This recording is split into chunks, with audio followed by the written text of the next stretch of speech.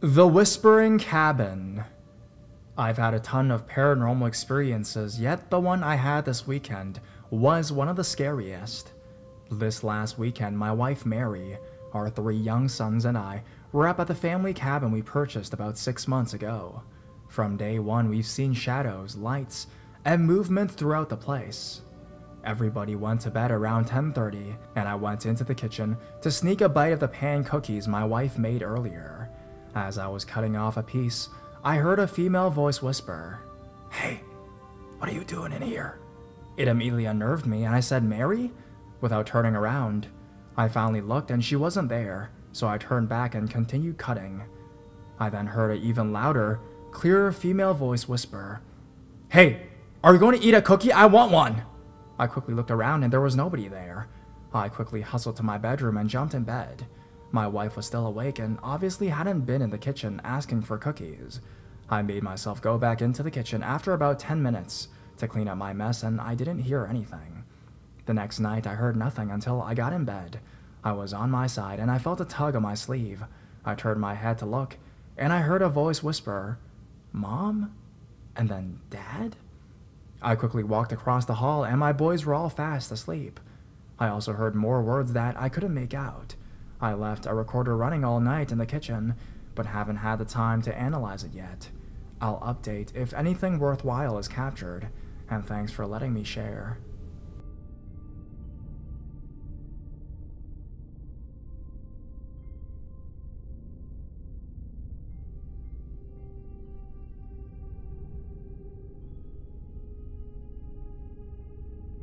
Cabin in the woods.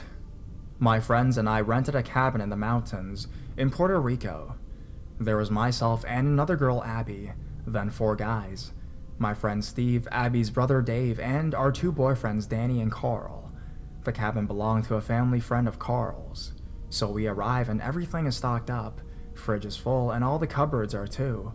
Result, we straight away dump our stuff in the hallway, not even bothered to check the rooms and grab a beer. It had been a long trip, and we wanted to relax and unwind first. We even started the fire. After dinner, we all went outside to look at the stars for some time. I seriously couldn't get over how clear, how beautiful it was outside. It looked like we were the only cabin who was occupied. Through the tall trees, we could see another cabin, but it didn't have their lights on, so it must be empty. We get back inside and open some more beer and start to play cards. We were all laughing and having a great time when Carl told us to be quiet and held out his hand. "Whatever, dude. No one likes a sore loser," Dave taunted. Carl responded that he's being serious and told us to be quiet again. We could hear what sounded like hooves on the roof. It sounded like someone was taking a massive stride and walking back and forth. It must be some animal. With our cabin being the only one with heat and lights, maybe that has attracted some animals, I suggested, while shrugging and sipping my beer. Abby shrieks, "Oh my god, what if it's a bear? Can a bear get up there?" And we all moan and roll our eyes. The guys, trying to act all tough, said that they'll go outside and try to scare whatever it is away. Abby and I were left just warming ourselves by the fire. Not even 2 minutes later, they called us outside to show us that nothing was on the roof. We even stepped back a couple feet to get a clear view of the roof, and they were right. Nothing was on it. I laughed at Abby, saying that a flying bear was the culprit, and turned to go back inside. David stopped me by putting his hand above the door. "Danny, what the He cut me off mid-sentence.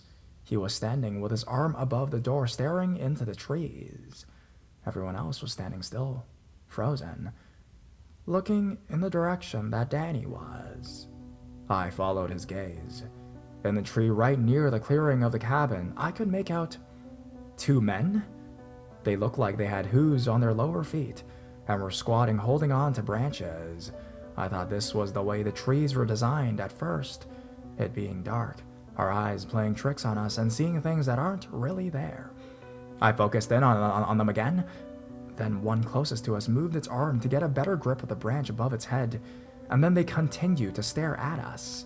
We were all running inside the cabin. In a matter of seconds, we double-locked the door and even pushed the bookshelves and sofa up against it.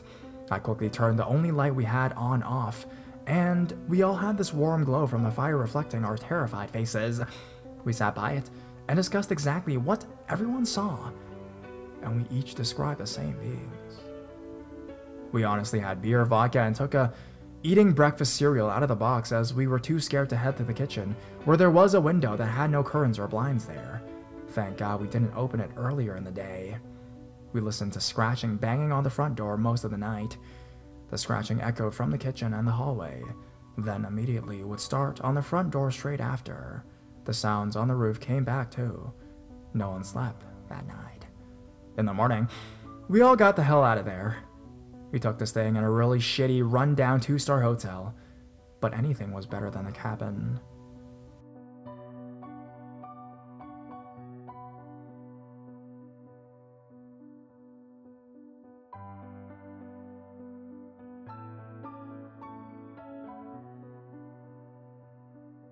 A cabin mystery.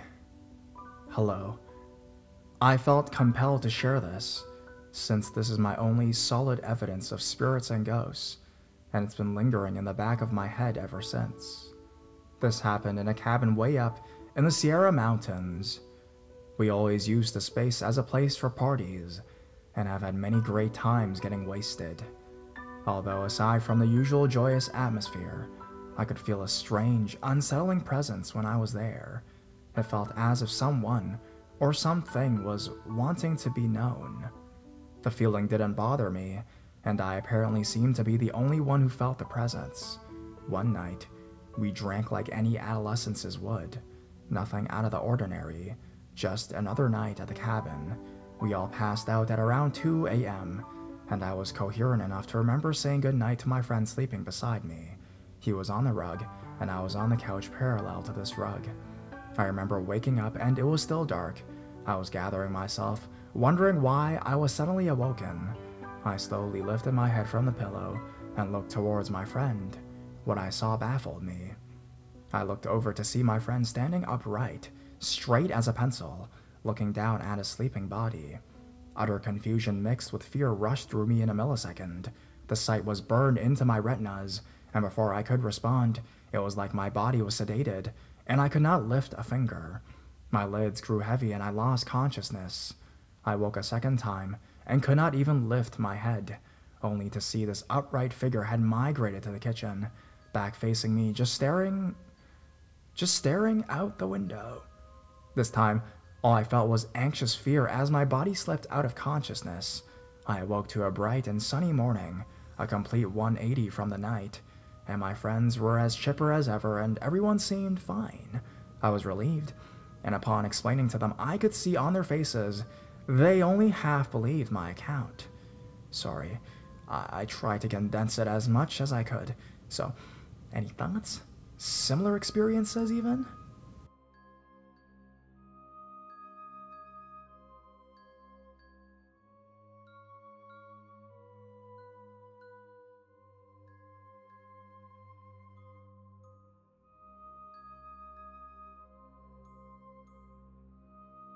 The thing behind me.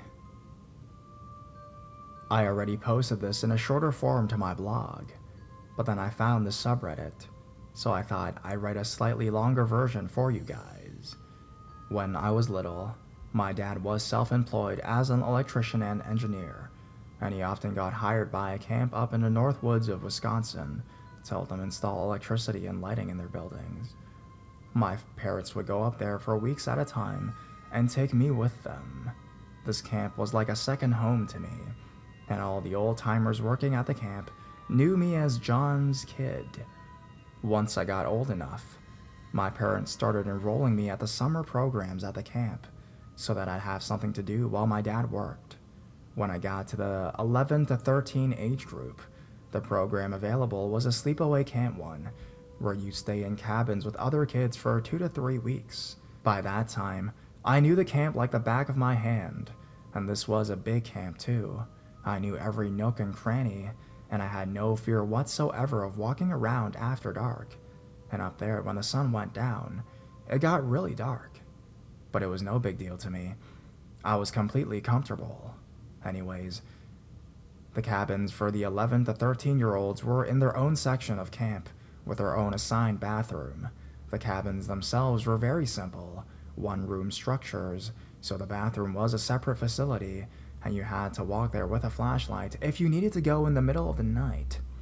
One night, my cabin mate Kay and I did our last bathroom visit for the evening together to brush our teeth and do our business before heading to bed.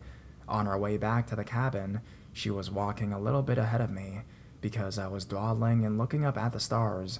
About halfway down the path to her cabin, she turned around to say something to me, and she shone her flashlight towards me.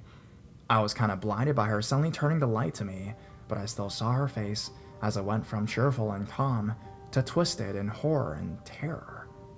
She let out a shriek of fear and bolted for the cabin, leaving me behind.